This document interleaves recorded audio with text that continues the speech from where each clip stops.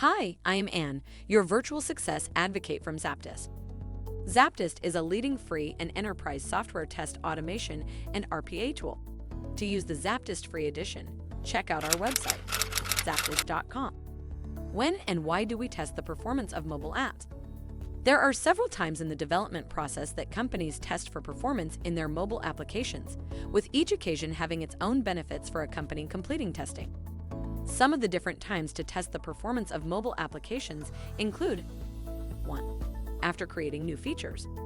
Every mobile application is made of different subsystems, whether this is the way that data goes into a database, the way that the software presents information to the user, or how an application responds to device inputs.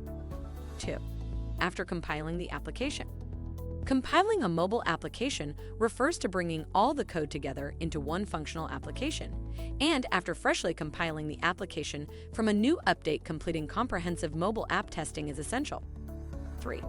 Immediately before launch. Prior to launching a mobile app, complete a thorough testing process on all your software.